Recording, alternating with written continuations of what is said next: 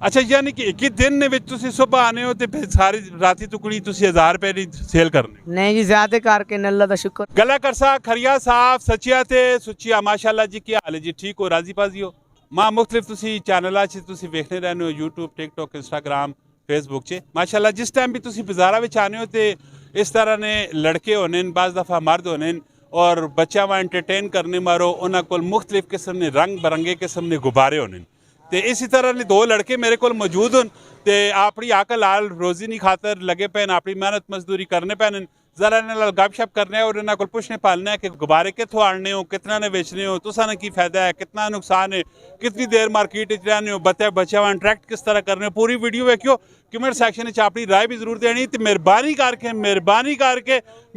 करके असा ने इस पेज फॉलो भी करके ना यूट्यूब चैनल तुसा सब्सक्राइब भी करना है और टिकटॉक का भी तुसा फॉलो करना है। अस्सलाम वालेकुम। वालेकुम सलाम। बच्चे ना किए जाफिर कितने टाइम चाहिए गुब्बारे ना काम पे करना है? 12 साल नसी तो काम कर रहे हैं तकरीबन इस टाइम चुकनी कितने कुछ गुब्बारे मार्केट जाफर तू सेल कर चुके हैं? 1000 रुपए नहीं भाई जाओ ना काम करना शुरू किया तो 1000 रुपए ही नहीं गुब्बारे सेल किए जी 1000 रुपए ने कितने रात तक सेल करनी है। अच्छा यानी कि एक ही दिन ਦੇ ਵਿੱਚ ਤੁਸੀਂ ਸੁਬਹ ਆਨੇ ਹੋ ਤੇ ਫਿਰ ਸਾਰੀ ਰਾਤੀ ਤੁਕੜੀ ਤੁਸੀਂ 1000 ਰੁਪਏ ਦੀ ਸੇਲ ਕਰਨੀ? नहीं जी ज्यादा करके न अल्लाह का शुक्र है 1500-1600 नहीं चले। अच्छा 1500-1600 रुपए ਦੀ ਸੇਲ ਹੋਣੀ ਹੈ ਤੇ ਇਹ ਜਿਹੜਾ ਗੁਬਾਰਾ ਹੈ ਫਾਰ ਐਗਜ਼ਾਮਪਲ ਇਹ ਵਾਲਾ ਜਹਾਜ਼ ਹੈ ਜਿਹੜਾ ਇੱਕ ਮੈਂ ਮਿਸਾਲ ਪੇ ਦੇਣਾ ਇਹ PIA ਨਾ ਜਹਾਜ਼ ਕਿਤਨਾ ਨਾ ਪੇ ਦੇਨੇ ਹੋ? ये असि ले आने 36 रुपए ना 100 ना बेचने हैं। अच्छा 36 रुपए ना सारे इसी तरह 36 रुपए ना लाके आने तो 100 रुपए ना बेचने? जी हाँ 36 रुपए ना आने 100 दे मेहनत बहुत होनी है धागा लेटना फिर भरना डंडे ते बनना बहुत मेहनत होनी। अच्छा ये ਜਿਹੜੀ ਇਹਨਾਂ ਦੇ ਵਿੱਚ ਹਵਾ ਜਿਹੜੀ ਭਰਨੇ ਹੋ ਇਹ ਤੁਸੀਂ ਆਪਣੇ ਮੂੰਹ ਨਾਲ ਹਵਾ ਭਰਨੇ ਹੋ ਜਾਂ ਕੋਈ ਮਸ਼ੀਨ ਹੋਣੀ ਹੈ? पंप होना पंप 200 ना मिलना उस नाल भरने।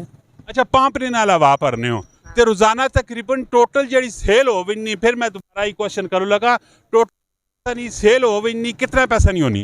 ये 1500-1600 नहीं होवे नहीं है फिर बच्चों तो काट के फिर बाकी माल आने। अच्छा और ये 1500-1600 रुपए नहीं कदे सेल हो रही है तो प्रॉफिट उस विच कितना कुछ होवे ने? उससे होवे ने 1000 होवे ने प्रॉफिट और 600 रुपए समझ माल आने। ते रोजाना कितने घंटे तकरीबन ड्यूटी देने हो? ये असी सुबह 10 बजे आने शाम तक फिरने फिर कार सारी तो बाद कार चले। निज़ाम सही पे चलने? बहुत अच्छा चलना अल्लाह का शुक्र है। अच्छा कोई बच्चा वेख के नो तुसा अपना गाहक नजर आवे तुसा किस तरह इंटरेक्टिव करने हो आपने वाली साइड किस तरह के आने हो? असी उन्हें तंग करने असी अंदर वाड़ मैंने फिर आते फिर बच्चे लेने यानी कि बच्चे बार बार गुब्बारे दसने? हाँ बार बार बलून ले लो फिर आप आ जाते हैं उनके बच्चे मतलब वो जो उनका बाप होता है फिर ले लेते हैं। यानी कि टेक्निक तुसी भी यूज करनी है? जी करते हैं। अच्छा ते जड़ा फॉर एग्जांपल बाप या वालदा ना घंटी देनी पैनी होवे ते फिर की करने हो तुसी? फिर असी चले जुलने अंदर फिर उन्होंने तंग करके दे देने चाह किन्ने जान के तंग करने? हाँ 100 ने उन्हें 80 ने दे देने यानी कि उधरों भी यानी कि थोड़ा ख्याल भी करने होने? उन्होंने असी ख्याल करने मतलब कुछ नहीं होना खैर है वो भी गरीब है नसी भी गरीब है अमीर पावे हर कोई फिर हमें लेके उन्होंने ख्याल करने। माशाल्लाह जी एहसास जड़ा है ना एहसास इंसान कभी भी गरीब नहीं होते तो इसी तरह दी इनफॉर्मेटिव और दिलचस्प किस्म दी वीडियो असनियां तुसा को लानियां रहनियां ते कमेंट सैक्शन में तुसा भी अपने राय जरूर देनी है। माशाल्लाह बच्चे ने अपना हक लाल ना रिज़्क पे कमाने ने अल्लाह ताला इन्हां भी कामयाब करे और तुसा ने बच्चा ने भी खुशियां हमेशा अल्लाह ताला आबाद रखे और असें खुद भी बच्चा जड़ा इंसान होना है वो खुद बहुत अच्छे तरीके नाल समझ सकना है कि बच्चों की खुशी उस मारो कितनी कुछ अहम है। तो माशाल्लाह ईद भी आई पी बाजारा च आना मिलना तो तुसा ने भी लगा रहा तो अपने बच्चों की खुशी नहीं खातर इंसान सब कुछ करना है।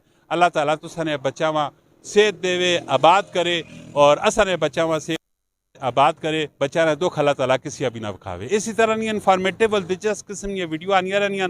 अपना बहुत सारा ख्याल रखियो दुआवां याद रखियो मिलने नेक्स्ट वीडियो च फी अमान अल्लाह। पाकिस्तान जिंदाबाद।